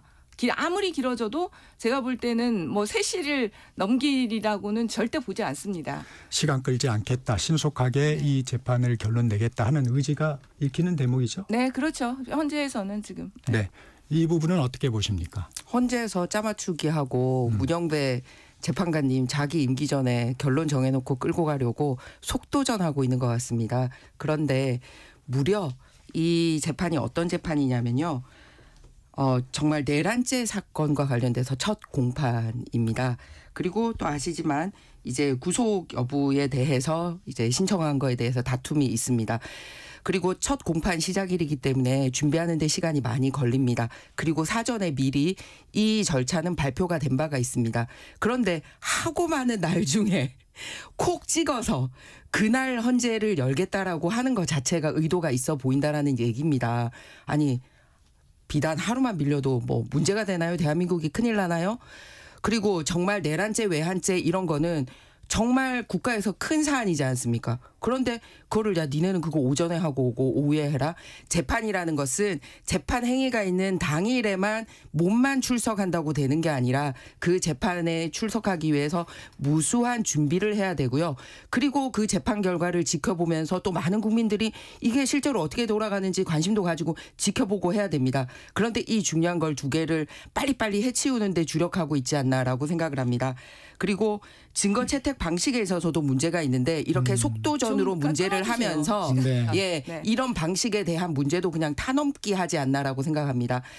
재판을 하지 말자는 얘기가 아니지 않습니까? 자, 보다 진중하게 재판에 임할 수 있는 시간을 달라는 얘기고 그리고 이 재판 신청에 있어서 기일 조정을 해달라는 것을 무려 4일 동안이나 지속적으로 얘기를 했는데 아무 말 안 하고 묵묵부답하고 하다가 어제서야 우리 20일에 할 거예요. 그 문제 제기하니까 그러면 1시간 미뤄드릴게요. 국회에서도 백혜련 의원님 우리 지금 본회의하고 김희정 의원님이 모르시는 게 있는데요. 헌재 재판 윤석열 대통령의 재판은 화목으로 고정이 돼 있습니다. 계속해서 기일 자체를 원래 하목으로 잡아요. 그리고 나서 다른 또 탄핵 심판들을 중간에 배치합니다. 그래서 헌재에서 이 윤석열 대통령의 이걸 미루게 되면요. 전체 헌재 일정이 다 망가지게 되는 거예요. 그리고 이미 화목으로 고정적으로 그렇게 잡게 돼 있었어요. 화목으로 고정적으로 잡는다고 발표한 적이 없습니다. 자. 매번 새로운 재판 기일을 할지 말지에 대해서도 불투명하게 잡아오고 있었고 그래서 9차가 있을지 10차가 있을지 논란을 벌일 필요가 없는 것 그러니까 같아요. 논란을 벌일 필요가 없는데 굳이 같은 날 재판을 열므로써 국민들에게 이런 납득할 수 없는 일을 하고 영양가 있는 있는 겁니다. 토론 좀 합시다. 네. 지난주에도 증거 채택 문제에 대해서 한번 공방을 하셨습니다. 그런데 이제 어제 9차 변론기일에서도 수사기관의 조서 증거 채택 문제 또 논란이 됐는데 이건 좀 짧게 지난주에도 한번 언급을 했으니까 짧게 좀 형사재판 증거로 못 쓰는 것을 탄핵심판 증거로 쓰는 게 맞느냐 윤 대통령 측이 이런 입장을 밝혔는데 이 부분에 대해서 짧게 좀 한번. 네, 대통령 측 입장이 중요한 게 아니라 저는 헌법재판소는 가장 헌법의 가치를 잘 지키고 그리고 헌법재판소니까 헌법재판소법을 잘 지키면은 논란이 없지 않나라고 생각을 합니다. 헌법재판소는 민사 관련된 것도 다룰 수 있고 뭐 형사 관련된 것도 다룰 수 있고 또 행정 관련된 것도 다룰 수 있는 여러 가지를 다 다룰 수 있습니다. 그러다 보니 헌법재판소법 제40조에 명확하게 탄핵 심판의 경우는 형사소송에 관한 법령을 준용한다라고 적혀 있습니다. 네. 그리고 권한쟁의 심판이나 헌법소원 심판은 행정소송법을 준용한다고 돼 있고 나머지는 이제 민사소송을 준용한다라고 되어 있습니다. 명확하게 탄핵 심판의 경우는 형사소송에 관한 법령을 준용하라라고 되어 있기 때문에 이대로만 하면 문제 없다는 말씀을 드리고요. 네. 추가로 그 헌법재판소법 32조에 재판, 소추 또는 범죄 수사가 진행 중인 사건의 기록에 대해서는 송부를 요구할 수 없도록 되어 있는데 이 또한 어기고 있는 그 증거 채택을 하고 있습니다. 다시 한번 헌법재판관님들께 호소합니다. 헌법재판관님들은 헌법재판소법을 준수해서 하셔야지 국민들이 납득할 수 있다라는 말씀을 드리고 싶습니다. 백희련 의원님 받아주시죠. 네, 이거는 이미 결정난 사안을 가지고 이렇게 논란을 벌일 필요가 없다고 봅니다. 헌법재판소에서 헌법재판의 본질에 반하지 않는 범위에서 이 증거를 쓰겠다. 이미 논란을 종결시켰어요. 그래서 어제도 헌법재판소에서 이 변호인들이 문제 제기를 했을 때 이미 4차 기일에서 결론이 난 문제라고 헌법재판소에서 명확하게 말했습니다. 그 헌법재판소의 결정을 존중해야 되고 그것에 맞춰서 재판을 진행해야 되는 거예요. 자꾸 이미 결정난 것을 가지고 이렇게 문제 제기를 하고 흔드는 것 자체가 저는 헌법재판소의 권위를 인정하지 않고 불복의 발판을 까는 것이다. 이렇게 생각합니다. 네, 10차 변론에 3명의 증인이 채택이 됐습니다. 내일인데요. 한덕수 총리, 홍장원 전 국정원 1차장, 조지호 경찰청장인데 쟁점은 좀 어떻게 전망하십니까? 좀 김정원. 전에 백혜련 의원님께서 말씀하신 부분에 대해서 그만 좀 하세요. 네. 김정영 네. 의원님. 저는 정말 말씀드렸듯이 방송이라서 제가 안 하려고 하는데 자꾸 그렇게 하면 논란이 너무 많아집니다. 네. 법전에 따라서 하면 되는데 이미 결정했다고 누가 어떻게 결정했습니까? 뭐에 따라서. 그렇기 때문에 그 법에 따라서 하지 않은 결정이고 아직까지 법에 따라서 탄핵 한 심판 결정입니다. 잠시만요. 법에 따라서 어느 법 몇 조인지 헌법재판소에서 말씀을 해보시죠. 자. 말씀을 못 하고 계시지 않습니까? 김희정 의원님. 법령을 네. 준용을 네, 하는 김희정 거예요. 의원님. 네. 자. 그래서 증인들의 현장 진술이 굉장히 중요하고 그래서 증인 채택이 중요하다는 말씀을 드립니다. 신청한 증인들 대다수가 받아들여지 못했지만 이제 추가로 증인들이 나온 부분을 통해서 실체적인 진실이 밝혀지기를 바랍니다. 뭐냐면 10차 변론 얘기로 좀 넘어가겠습니다. 네. 증인들 3명이 채택이 됐는데 어떤 네. 부분 좀 쟁점이 될 걸로 보세요? 일단 이상민 장관 같은 경우는 아니요. 이상민 장관은 증인이 아닙니다. 지금 네. 어떤 얘기하죠? 한덕수 네. 국무총리하고 네, 한덕수 네. 총리님 관련돼서 말씀을 드리겠습니다. 한덕수 총리님 관련돼서는 이제 우리가 계엄이 있기 전에 얼마만큼 국정 마비에 있어서 문제가 있었는지 여부하고 그다음에 국무회의에 있어서 실제 참석자들이 어땠는지와 회의 진행이 어떻게 됐는지 이런 거를 체크해 볼 수 있는 시간이 되지 않을까 생각합니다. 그리고 아울러서 지금까지 오락가락했던 홍장원 같은 경우는 네. 지금까지 진술 증거 내용이 메모의 신빙성. 메모가 4가지나 나왔었단 말이에요. 그리고 메모를 받아 적었던 장소에 대한 진술도 지금 엇갈리고 있습니다. 그리고 그 메모를 본인이 직접 작성했다고 했다가 또 다른 사람이 작성했다고 했다가 이렇게 증거나 증언에 대한 게 헛갈리고 있습니다. 그래서 이 네 가지 중에 어떤 게 진실인지에 대해서 다시 한번 규명할 수 있는 그런 자리가 되지 않을까 생각합니다. 내란 국조특위 위원으로도 활동하셨는데 이 문제에 대해서는 좀 할 말이 있으실 것 같습니다. 백혜련 의원님. 네. 한덕수 국무총리는 양쪽에서 국회 측하고 대통령 측에서 다 신청한 증인인데요. 네. 한덕수 국무총리와 관련해서는 무엇보다도 이제 국무회의의 입법성 문제가 쟁점이 될 수밖에 없습니다. 이 헌법재판에서 제일 중요한 부분이죠. 그런데 한덕수 국무총리는 여태까지 수차례 국회에 나와서 그 국무회의는 실체적 절차적 흥결이 명백하다. 국무회의라고 생각할 수도 없다. 일관되게 얘기했습니다. 네. 그래서 저는 대통령이 신청하고 땅을 치고 후회할 것 같아요. 오히려? 그럼요. 네. 안전이 헌법재판에 있어서 가장 중요한 요소 중에 하나로는 국무회의 입법성에 대해서 명확하게 진술할 것이라고 보고요. 네. 뭐 계엄의 그때 당시의 상황 이런 것들은 이미 계엄의 요건이 법적으로 되지 않는다는 것이 명확하기 때문에 그것은 쟁점이 될 수가 없습니다. 진술한다 하더라도 영향이 거의 없을 것이라고 보이고요. 네. 홍장원 국정원 차장도 또 저는 이것도 무릎을 치고 후회할 거라고 생각하는데요. 더 명확하게 대통령이 끌어내라 체포조 지시를 했다는 것만 더 한 번 더 국민들에게 각인될 것이라고 생각하고요. 이 홍장원 메모 4개 그런데 조태용 국정원장이 지금 거짓말 시킨다는 게 계속 나오고 있어요. 요번 그 조태용 국정원장 같은 경우는 대통령으로 어떠한 쪽지도 받은 적 없고 본 적도 없다. 이렇게 그때 당시 회의에 네. 어떤 자료도 본 거 없다 그렇게 진술했는데 벌써 언론에 나왔지만은 조기용 장관이 조태용 국정원장으로부터 그때 국무회의 당시에 담화문을 들고 있어서 그거를 봤다 이런 게 언론 보도에 났고요. 어제 제가 안 그래도 보건복지 상임위원회가 있었어요. 네. 그래서 조기용 장관한테 그거에 대해서 질문을 했어요. 그랬더니 조기용 장관이 지금 재판 중이라 말은 못하겠다 하면서도 수사기관에서 모두 사실대로 진술했다. 이렇게 이제 실제로는 인정하는 듯한 이야기를 했습니다. 그게 그래서 조태용 국정원장은 지금 제가 볼 땐 저희 국조특위에서도 나중에 이중으로 이제 고발 수치가 될 것 같은데요. 그래서 홍장원 차장 같은 경우도 더 오히려 대통령의 체포조에 대한 진술만 더 명확하게 할 가능성이 크다고 보고요.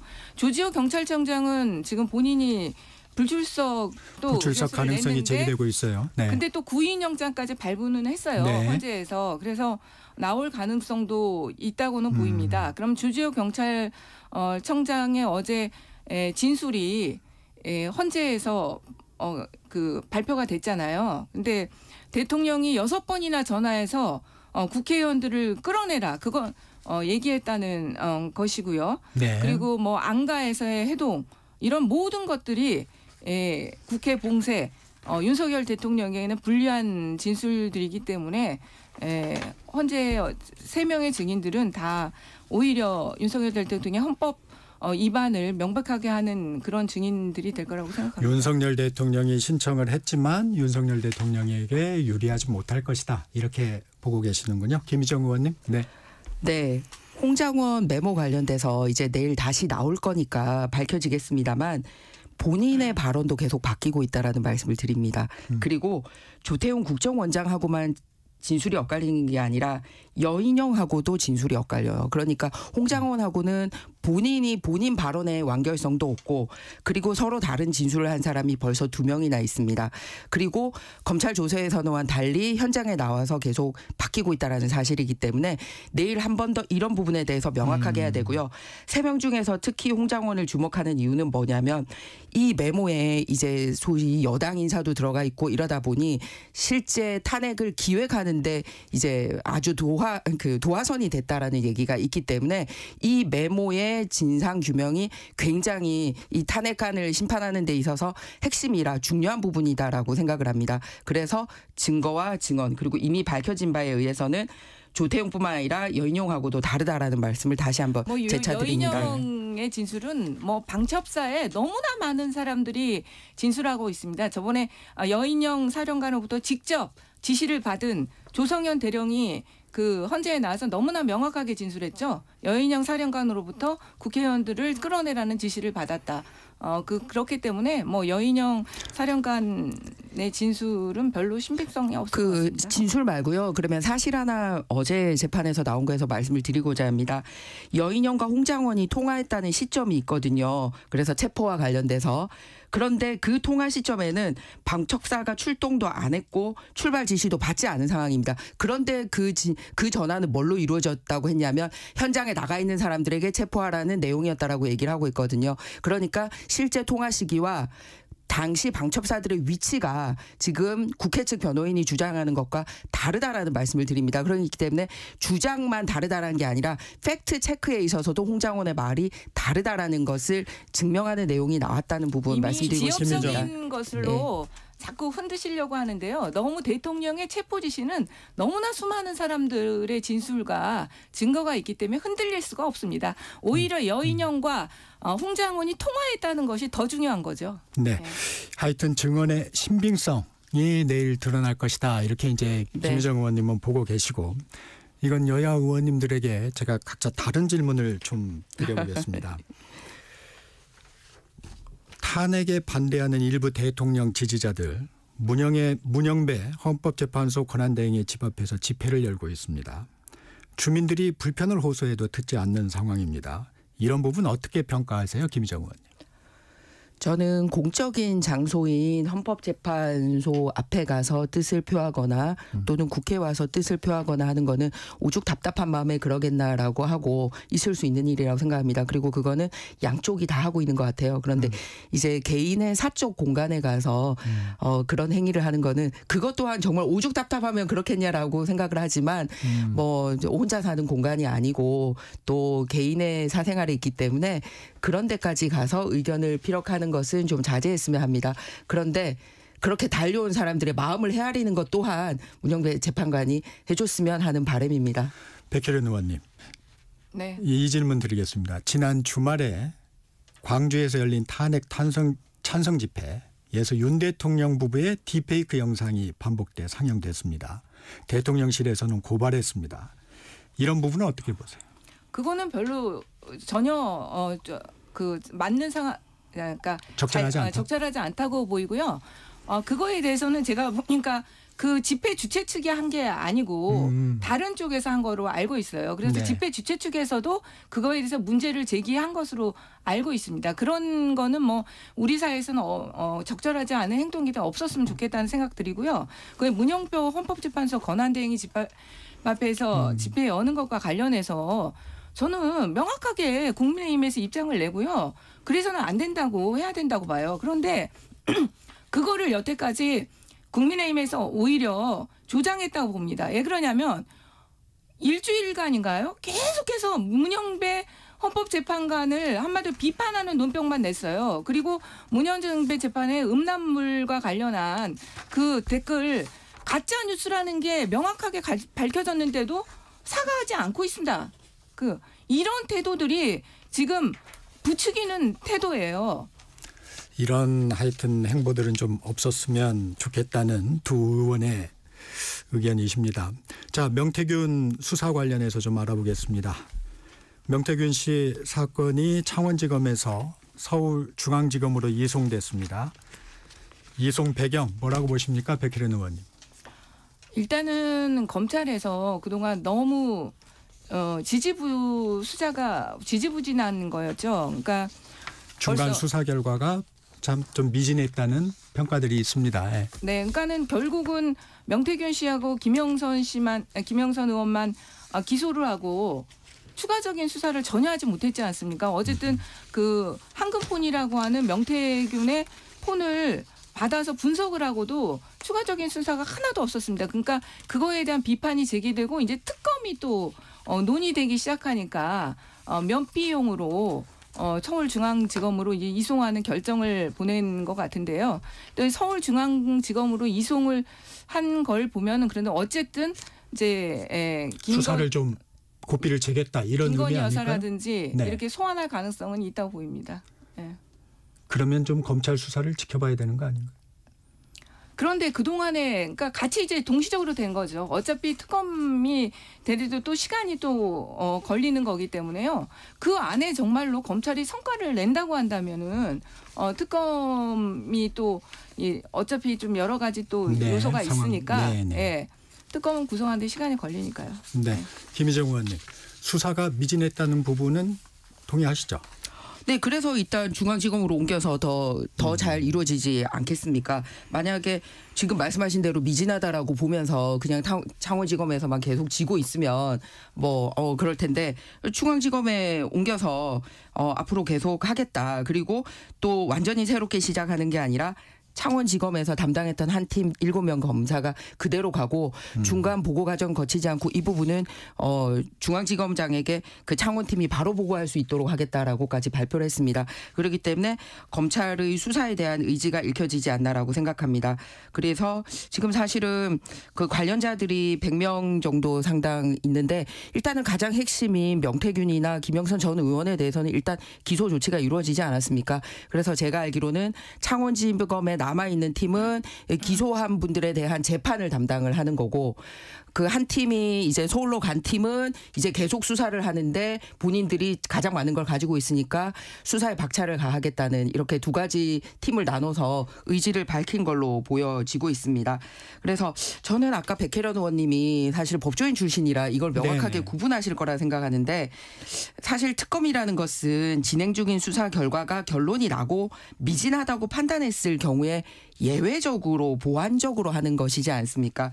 그런데 일반 검찰 수사와 특검이 동시에 이루어지면 그럼 뭐 특별하고 일반하고 구분이 될 게 뭐가 있습니까? 그러지 않습니까? 그래서 이런 검찰 수사의 원 논리를 지키면서 보면 좋지 않을까 그렇게 생각합니다. 네. 근데 이 부분에 대해서는 검찰 할 말이 없는 게 이제 벌써 수사에 착수한 지 15개월이나 됐어요. 그런데 실제로 진짜 이 명태균 게이트의 핵심이라고 할 수 있는 대통령 부부의 공천 개입 그리고 여론 조작 이런 국정농단 의혹에 대해서 손도 못 대고 있던 상황입니다. 그리고 특검을 하겠다. 이렇게 되니까 이제야 부랴부랴 중간수사 결과 발표하고 네. 근데 그것도 중간수사 결과 발표의 결론이 서울중앙지검 이송입니다. 이거는 검찰 입장에서 할 말이 전혀 없는 거죠. 특검법, 왜 이 시기에 특검법은 꼭 필요하다고 생각하십니까? 백혜련 의원님. 지금 이 부분에 대해서 그러니까 방금 말씀드렸듯이 검찰이 수사로 아무것도 못 보여줬기 때문입니다. 국민적인 의혹은 너무나 많은데 그리고 명태균 씨가 지금 이제 추가로 김건희 여사의 그 또 공천 개입과 관련한 복기록도 공개를 하고 이렇게 많은 문제 제기를 하고 있음에도 검찰에서는 그동안 수사에 진전이 하나도 없었기 때문에 과연 수사에 의지가 있느냐 의심할 수밖에 없는 상황인 겁니다. 여당에서는 이거 표적 법안이다 이렇게 생각을 하고 있어요. 자, 지금 야당의 노림수는 뭐라고 보십니까, 백혜련 의원? 김이죠. 예, 사실 잘 아시겠지만 사전 선거 운동의 일환으로 이제 가고 있지 않나라고 생각을 합니다. 이제 민주당이 원하는 거는 빨리 탄핵이 인용돼서 빨리 2개월 안에 이제 선거가 치러지는 거지 않습니까? 그러면은 헌법재판소에서는 현재 대통령인 윤석열 대통령에 대한 공격을 하고 있지만 사실 명태균과 관련돼서는 대통령에 대한 공격보다는 지금 여러 가지 이름이 거론됐던 여당의 주요 인사들에 대해서까지 끼워서 이제 의혹 제기를 하고 싶어서 그런 것 같습니다. 그런데 앞서 백혜련 의원님께서 이제 검찰의 수사 속도나 그다음에 이런 거 말씀하셨는데 검찰의 수사 속도나 재판 속도에 있어서 우주 최강을 보여주고 있는 것은 오히려 민주당 이재명 대표라는 것을 많은 국민들이 알고 있습니다. 그리고 미진하다는 것과 아무것도 안 하고 있다는 건 다른 건데 사실 잘 아시겠지만 정치자금법 위반이라든지 사기죄 위반이라든지 이렇게 해서 관계자들 많은 분들이 이미 기소가 되어 있고 이제 추가 수사가 진행되고 있다라는 말씀을 드립니다. 그리고 또한 우리는 국회의원이니까 이제 국회법을 따라야 되거든요. 그러면은 이제 숙려기간이라는 게 존재를 하고 있는데 마무리해 주시고요. 법사위원회에서 이런 숙려기간 재정법에 대해서 아무런 숙려기간 거치지 않고 정청래 위원장이 일방적으로 통과시키고 있기 때문에 국회법을 국회의원들 민주당이 위반하고 있는 것 또한 바로 잡아야 될 부분이라고 생각합니다. 네, 잠시 쉬었다 가겠습니다. 네. 전격시사 2부 여기서 마치고요. 전하는 말씀 듣고 3부로 이어집니다.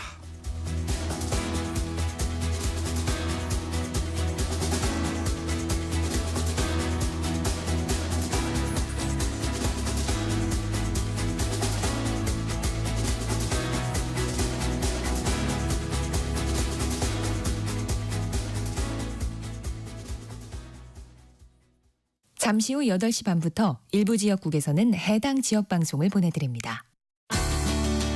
워렌 버핏은 가치 투자, 필립 피셔는 성장주 투자, 피터 린치는 장기 투자. 방법은 달라도 목표는 하나. 성기영의 경제쇼가 성공의 길로 안내합니다. 깊이 있게, 명쾌하게, 지금 이 시대 경제에 관한 모든 것을 알려드립니다. 평일 오후 4시 5분 성기영의 경제쇼와 함께하십시오.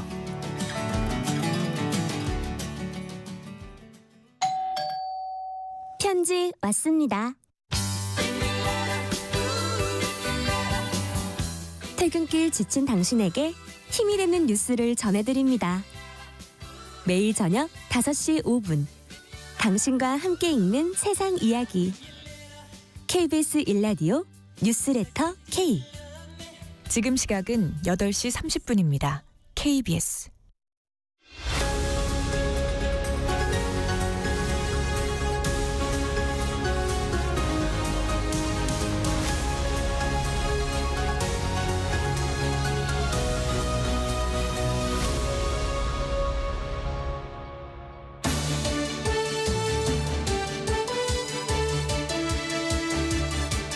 당당 토론 이어가겠습니다. 김희정 국민의힘 의원, 백혜련 더불어민주당 의원 함께하고 계십니다. 명태균 특검법 관련 얘기 이어가겠습니다. 여권에서는 여권의 조기 대선이 이루어졌을 때 여권의 잠룡들에 대한 노림수가 있다 이렇게 생각을 하고 있습니다. 백혜련 의원님 어떻게 보십니까? 그거는 민주당이 제기하기 전에 명태균의 입에서 제일 많이 나오는 이름이 오세훈하고 홍준표입니다. 본인스스로 그러니까 그리고 그 오세훈의 후원자라고 하시는 분이 돈 보낸 내역 이런 것들이 계속해서 나왔잖아요. 그렇기 때문에 이건 명확하게 정치자금법 위반이 될 수 있는 사안이기 때문에 수사가 이루어져야 된다고 보고요.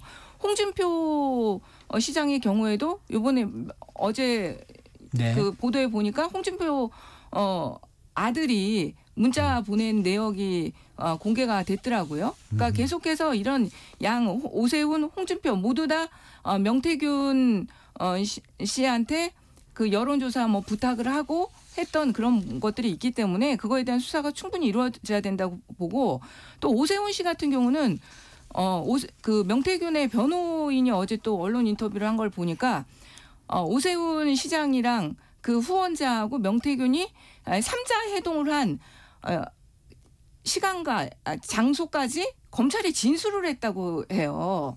네. 그런데 그거에 대한 수사가 여태까지 하나도 이루어지지 않은 것 자체가 검찰에서는 굉장한 문제가 있는 거죠. 이렇게 그러니까 명확하게 시간과 장소까지 얘기했는데도 불구하고 전혀 소환도 되지 않았고 조사도 이루어지지 않았다. 이것 자체가 검찰의 수사에 큰 문제점을 보여준다고 생각합니다. 관련된 여권 잠룡들은 일단 그분들도 빨리 좀 수사를 해달라 지금 이렇게 하고는 있습니다. 자, 국민의힘에서는 거부권을 건의하겠다고 해요. 어떻습니까? 네.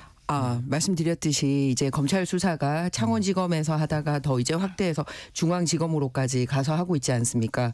그리고 부당하게 거론되시는 분들도 빨리 검찰에서 제발 좀 우리 좀 빨리 불러서 수사해라라고 하고 수사의 협력 의지를 비춰주고 있습니다. 그렇다면 검찰의 수사를 통해서 명명백백하게 밝혀지면 될 텐데 민주당은 이번 국회 들어서 계속 특검 아니면 탄핵하고 있잖아요. 그런데 그 연장선상에서 이것을 활용하고 있다라는 겁니다. 그렇다면 또 위헌적인 요인이라든지 이런 거를 없애야 되는데 수사 대상에 있어서 뭐 수사 과정에서 인지한 관련 사건이라고 뭉텅거려 가지고 왜 아무나 이렇게 카더라라는 얘기 되면 이제 뭐 대선이 있어서는 안 되겠지만 지금 혹시간에 있을 경우에 뭐 언제든지 사람 불러다가 특검이라는 이름하에 할 수 있는 이런 규정을 끼워 넣었다라든지 그리고 이거를 만드는 과정에 있어서도 국회법에 명시한 숙려 기간을 어기면서 바꾸고 이름 바꾸고 글자 몇 개 바꿔가지고 이미 부결된 거 또 올리고 이런 짓을 하고 있기 때문에 실체 규명보다는 이걸 가지고 정치적인 공세를 하려는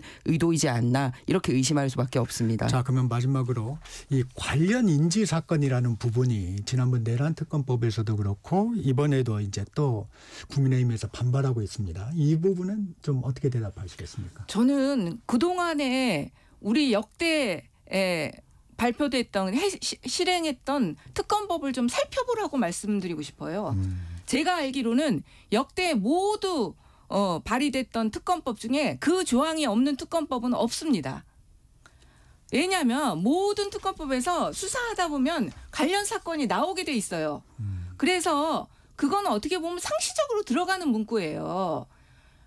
그 수사를 하다가 뭔가 단서가 나오고 추가 수사해야 될 사안이 나왔는데 그걸 수사를 안 하면 그것 자체가 문제가 되지 않습니까? 네. 그렇기 때문에 그 조항은 항상 들어갔던 문구로 저는 알고 있습니다. 그리고 지금 사실 검찰에서 수사하는 게 정치적 중립성이나 독립성이 더 문제가 될 수 있는 상황 아닙니까? 왜 그러냐면은 지금 조기 대선 국면이 될 수 있다고 지금 염려를 하시잖아요. 네. 조기 대선 국면에 검찰이 직접적으로 대선 주자라고 할 수 있는 사람들을 수사하게 되면 그거에 대한 문제 제기가 될 수밖에 없습니다. 검찰에 대해서. 그러면 오히려 독립적인 특검을 통해서 수사를 하게 되면 그 위험성이 조금이라도 줄어들게 되죠. 오히려 지금 국민의힘에서 저는 그렇다면 이 특검을 하되 정치적 중립성과 독립성을 담보할 수 있는 방안에 대해서 더 고민을 하시고 그거에 대한 의견을 내셔야 된다고 봐요. 그리고 요번에 민주당에서 낸 특검은 그래서 그런 정치적 중립성과 독립성을 지키기 위해서 대법원장이 추천한 네. 사람을 임명하게 돼 있습니다. 네. 그러니까 그런 방법들에 대해서 조금 더 고민하고 의견을 주셨으면 좋겠어요. 저기 역대 특검법에 대해서 백혜련 의원님 잘못을 말씀하셨기 때문에 말씀드립니다. 명확하게 수사 과정에서 인지된 관련 사건이라는 규정이 모든 특검에 들어있다는 말씀은 잘못된 사실이라는 말씀을 드립니다. 각 호에 대해서 특검의 경우는 할 수 있는 일에 대해서 명확하게 명시를 하고 있고요. 일반 수사 과정에 있어서도 이렇게 먼지털기식 수사를 하면 안 되는 게 기본이라는 거를 백혜련 의원님 알고 있을 겁니다. 거의 모든이라고 그러니까 그리고 찾아보세요.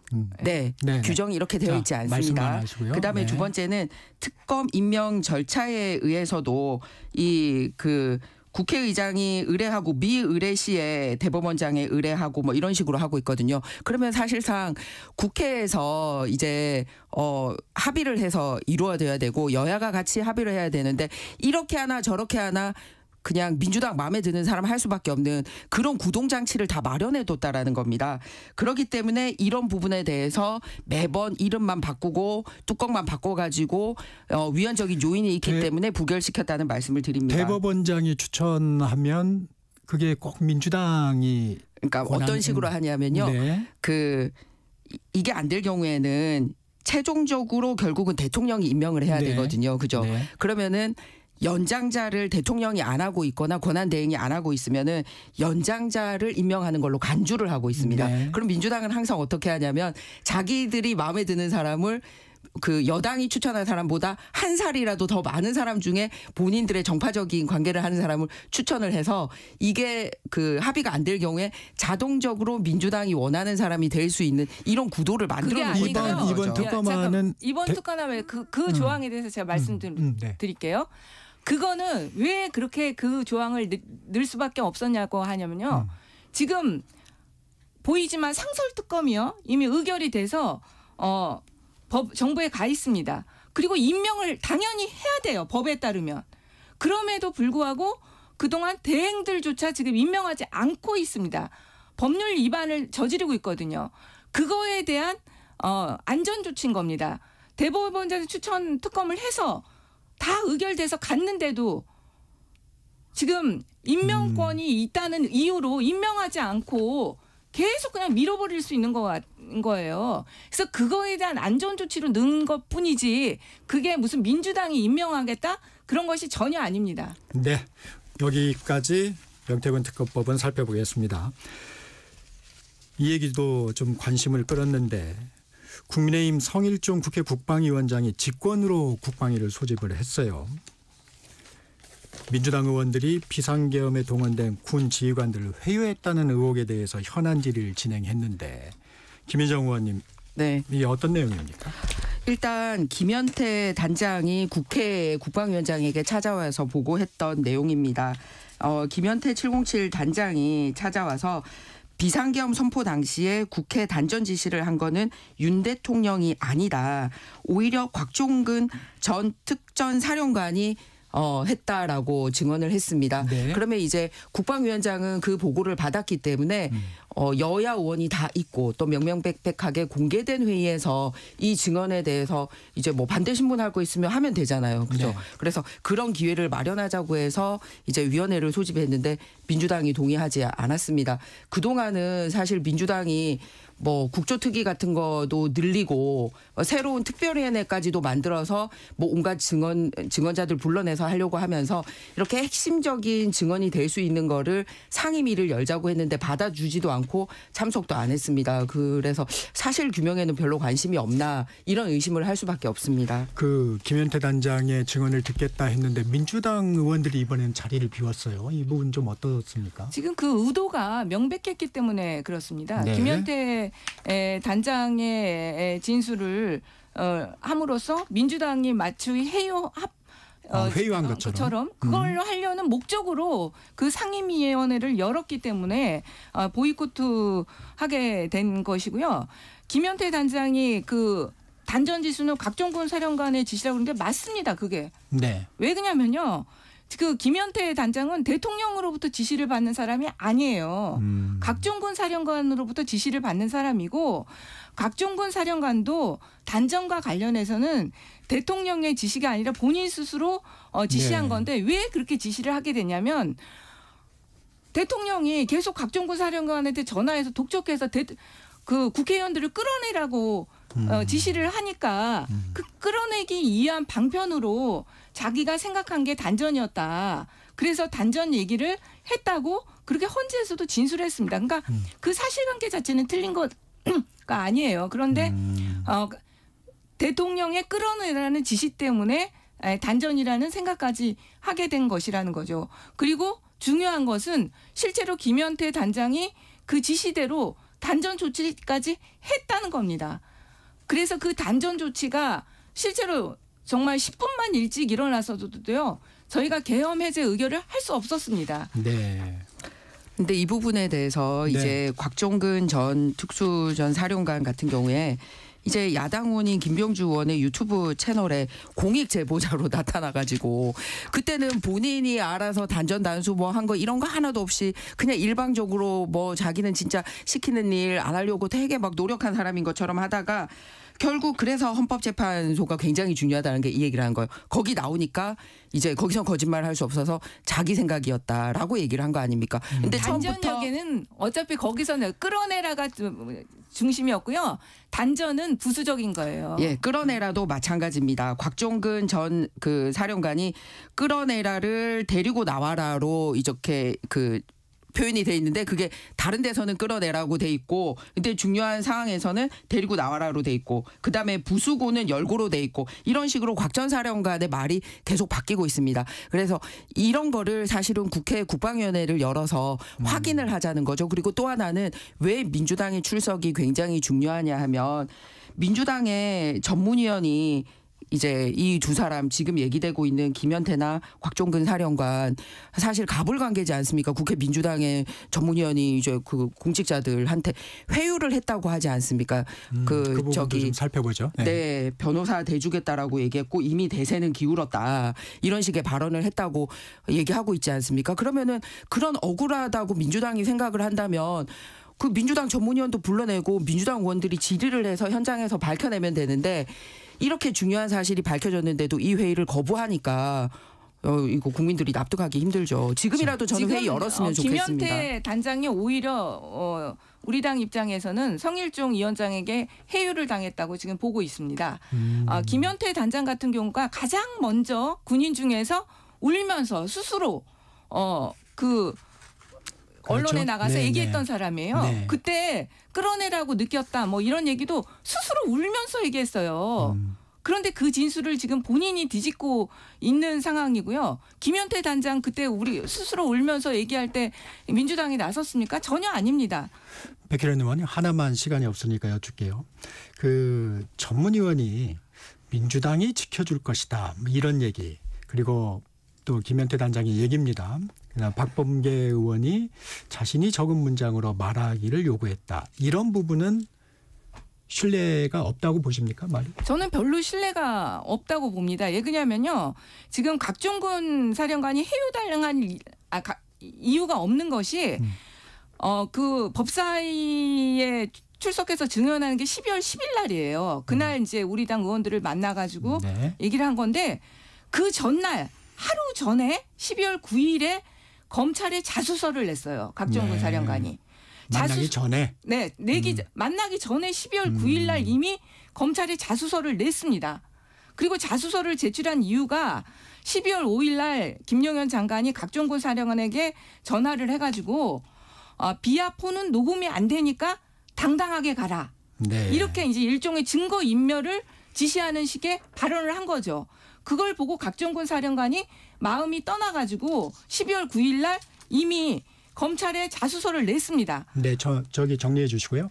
그렇기 때문에 각종군 사령관이 12월 10일 날 그 다음 날 우리 당 의원들을 만나가지고 해유당할 이유가 전혀 없는 거죠. 네, 유튜브 당당 출연이 토론. 그 전이었습니다. 네, 오늘도 당당 토론 뜨겁게 진행됐습니다. 김희정 국민의힘 의원, 백혜련 더불어민주당 의원과 함께했습니다. 고맙습니다. 네, 좋은 하루 되세요. 전격 시사 듣고 계신 지금 시각 8시 45분입니다. 이 시각 교통정보입니다. 오늘 서울 시내 출근길 잇따랐던 돌발 상황 여파로 정체가 심한 곳이 많습니다. 북부 간선도로 종암방향 구리나들목에서 하월구까지 많이 밀리고요. 내부순환도로 성산방향은 정릉터널에서 성산까지도 많이 막힙니다. 30분 이상 걸립니다.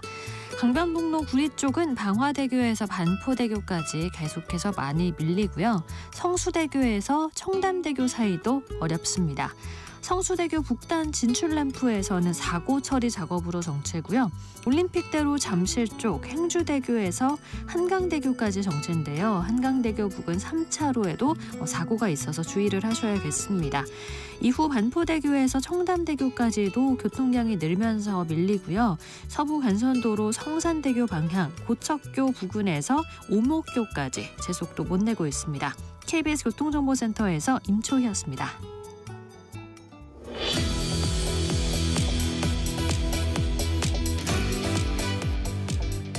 트럼프 2기 행정부가 출범한 지 한 달이 다 됐습니다. 트럼프 대통령이 북한을 핵 보유국으로 인정하는 것 아니냐, 한국을 패싱하고 북한과 스몰 딜을 하는 것 아니냐는 우려도 있었는데요. 최근 한미일 외교장관 회의에서 미국이 북한의 완전한 비핵화를 공식 확인했습니다. 이번 회담의 의미와 과제에 대해 조한범 통일연구원 석좌연구위원과 전화로 연결해 자세한 이야기 나눠보겠습니다. 위원님 안녕하세요. 안녕하세요. 지난 15일이죠. 독일 메넨 안보회의에서 트럼프 2기 행정부 출범 이후에 첫 한미 외교장관 회담이 열렸습니다. 전반적인 메시지 어떻게 보셨습니까? 예, 일단 이제 미국하고 나토는 좀 날을 세웠어요. 네. 이 러우 전쟁 관련해서 상당한 이견이 있었고 동맹이 맞냐는 불만까지 지금 제기될 정도로 네. 러우 전쟁 관련해서 미국의 일방적인 독주가 좀 이제 부각이 됐고, 네. 나토와 미국 간의 갈등은 이제 예고편이다.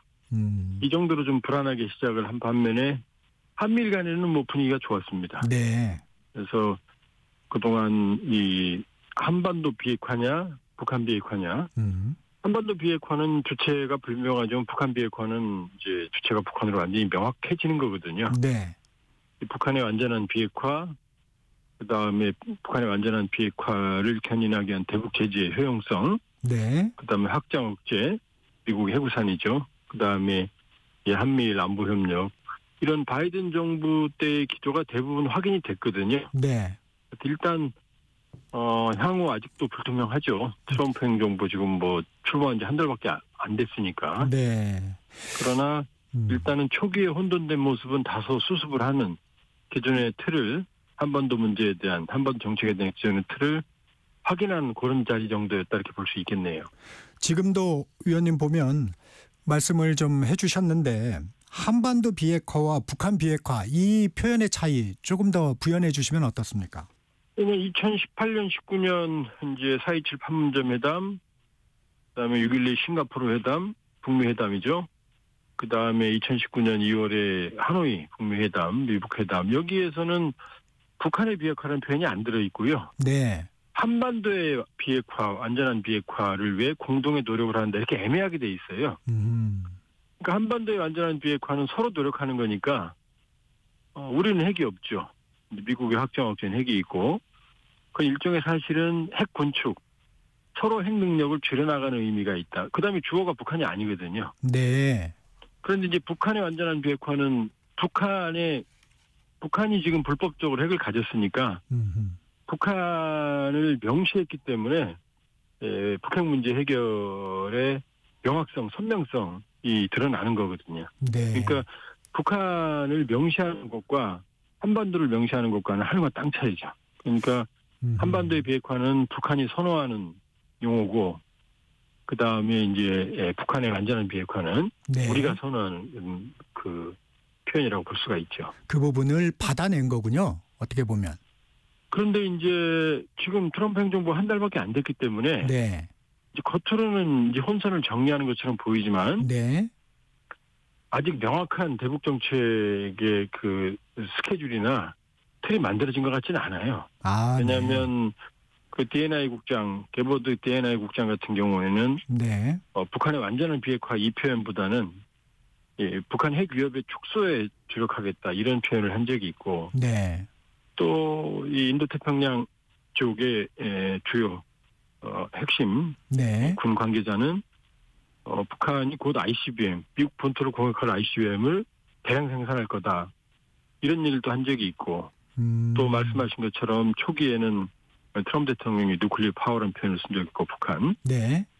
또 루비오 국무장관은 CVID 안전하고 검증 가능하고 불가역적인 비핵화는 환상이다.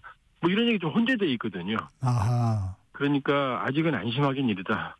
일단은 겉으로는 기존의 네. 입장을 유지하는 것처럼 보이지만 실제 협상에 들어가서 어떻게 진행될지는 두고 봐야 된다 이렇게 볼 수 있죠. 위원님이 보시기에 트럼프 대통령 속내는 좀 뭘까요? 트럼프 대통령은 선악, 그다음에 누가 옳고 그러냐 이것보다 어쨌든 미국이 비용을 가장 덜 들이는 방식의 결과를 원하거든요. 네. 그러니까 러우 전쟁도 사실상 지금 방식대로라면은 푸틴이 승리하는 거거든요. 그러니까 푸틴에게 유리한 방식으로. 왜냐하면 푸틴에게 유리한 방식의 안을 제안해놓고 그러니까 러시아가 현재 우크라이나 영토의 5분의 1을 점령하고 있는 걸 그걸 인정해 주는 거고. 네. 그다음에 우크라이나의 나토 가입은 유보하고 이러면 트럼프가 푸틴이 원하는 거거든요. 그럼 푸틴이 원하는 걸 들어주면 전쟁을 빨리 끝낼 수 있거든요. 우크라이나에 대해서는 무기 공급을 중단하고. 네. 그러니까 북한 문제도 같은 방식일 가능성이 있거든요. 그러니까 북한 문제의 완전한 해결보다는 지금 상황에서 미국의 부담을 가장 덜 수 있는 방안이 뭐냐. 그러니까 궁극적인 해결보다는 단기적인 성과에 주력할 가능성이 있거든요. 아, 그렇군요. 그게 이제 현재 상황에서 상황을 안정시키는 그런 가능성. 이제 이게 스몰딜이거든요. 네. 북한의 완전한 비핵화가 빅딜이라고 그러면 현 상황에서 북핵을 안정시키고 그럼 미국에 대한 공격 능력은 막는 거니까요. 네. 그리고 부분적으로 핵 능력을 축소하는 핵동결, 핵 개발을 여기서 멈추는 거죠, 동결. 네. 그다음에 일부 비핵화, 이게 이제 핵 군축이거든요. 핵동결, 핵 군축이 이제 스몰딜이거든요. 네. 그러니까 실질적인 스몰딜을 할 우려가 남아 있는 거죠. 그게 미국에 가장 유리하고 빠른 성과 도출이 가능한 방식이기 때문에 그러니까 좀 지켜봐야죠. 아직은 안심할 단계는 아니네요. 예. 네. 북한이 한미일 공동성명에 대해서 첫 공식 입장을 내놨습니다. 외무성 대변인 담화 형식이었는데 현실적으로나 실천적으로나 북한 비핵화는 불가능하다. 앞으로도 핵무력 강화 노선을 견지할 것이라고 강조를 했는데 어떤 의도라고 보십니까? 기본 입장입니다. 네. 이제 그동안 사실은 지난해 11월 4일이죠. 미국 대선이. 그다음에 트럼프 대통령 취임일까지도 북한은 트럼프 대통령 당선 소실까지도 그 보도를 안 했어요. 네. 일절 입을 다물고 있었거든요. 네. 그리고 이제 미국이 어떤 신호를 보내느냐를 기다리고 있었다 이렇게 볼 수가 있고. 그런데 이제 초기에 비해서 취임 당일날 주한미군에게 트럼프 대통령이 전화를 걸었죠. 그래서 네. 김정은의 안부도 물었고. 네. 그리고 이제 김정은 뉴클리어 파워다. 사실상 핵보유국 아니냐. 네. 이런 이제 말까지 해서 이제 북한 김정은이 원한 그런 흐름이었는데 최근엔 다시 이제 북한이 싫어하는 북한의 완전한 비핵화다. 그 다음에 한미일 안보 협력이 필요하다. 대북제가 필요하다. 이런 식으로 가니까 이제 북한도 이제 반응을 보이기 시작하는 거거든요. 그건 기본 입장이군요. 그러면. 예, 아직은 수위는 조절한다. 왜냐하면 정말 기분 나쁜 김여정이 나오거나 네. 김정은이 직접 나올 거거든요. 현재까지는 이제 본격적인 북미 미북 간의 밀당이 시작됐다 이렇게 봐야겠죠. 아, 그래서 외무성 대변인 담화 형식 아직 수위가 좀 낮은 형식으로 대응을 하고 있는 거군요. 좀 더 이제 기분 나쁘면 이제 수위 높이겠죠. 네. 그 앞서도 잠깐 언급해 주셨지만 우크라이나 전쟁 지금 러시아와 미국이 고위급 회담을 열었습니다. 이거 종전 협상입니까? 휴전 협상입니까? 종전은 지금 이 한반도도 불행하게도 53년 7월 27일 이후로 정전 상태거든요. 네. 지금 우크라이나도 한반도보다 복잡하면 복잡했지 더 간단한 문제가 아니거든요. 지금 전쟁의 원인이었던 나토 우크라이나 가입은 푸틴 대통령으로서는 그건 절대로 용납을 못하는 거고 또 우크라이나 영토의 5분의 1을 푸틴이 장악하고 있거든요. 러시아가. 네. 그 면적 규모가 남한 면적쯤 됩니다. 아. 근데 이걸 지금 돌려달라는 게 젤렌스키 대통령 입장이고 국제사회도 그 입장인데 지금 러시아가 3년 동안 천문학적인 인적물적 손실 네. 대략 인적 손실이 한 80만 명 내외로 보여지거든요. 전사하고 사상자가. 근데 이 영토를 돌려주면 푸틴은 전쟁한 이유가 없거든요. 네. 그러니까 여기 이 영토 문제가 합의가 되지 않으면 종전은 불가능합니다. 그러니까 평화협정, 종전을 위한 평화협정이 제1조가 영토 조항이거든요. 네. 근데 여기서 합의가 될 수가 없거든요. 그러니까 불행하지만은 아마 우리와 같은 한반도형 네. 불안한 이 휴전, 그러니까 정전 협정이 네. 될 가능성이 매우 높다. 네. 그러나 그 정전이 이제 상당히 오래 갈 가능성이 있죠. 시간이 한 30초 정도 남았는데 지금 우크라이나 패싱 우려가 나오고 있는데 만약에 그렇다면 우크라이나가 얻을 게 없다면 우크라이나가 협상안을 받을 수 있을까요? 우크라이나는 지금 대안이 없습니다. 왜냐하면 미국의 지원에 절대적으로 전쟁을 의존하고 있기 때문에 네. 그 지원을 끊어버리면 전쟁 수행 능력이 없거든요. 그러니까 우크라이나가 매우 불리한 상황으로 가고 있다 이렇게 봐야겠죠, 상황은. 아, 그렇군요. 오늘은 여기까지 듣겠습니다. 지금까지 조한범 통일연구원 석좌연구위원과 말씀 나눴습니다. 위원님 고맙습니다. 예, 고맙습니다. 2월 19일 수요일 정적시사 오늘은 여기까지입니다. 지금까지 진행의 KBS 기자 정창준이었고요. 내일 아침 7시 20분에 다시 찾아뵙겠습니다. 여러분 감사합니다.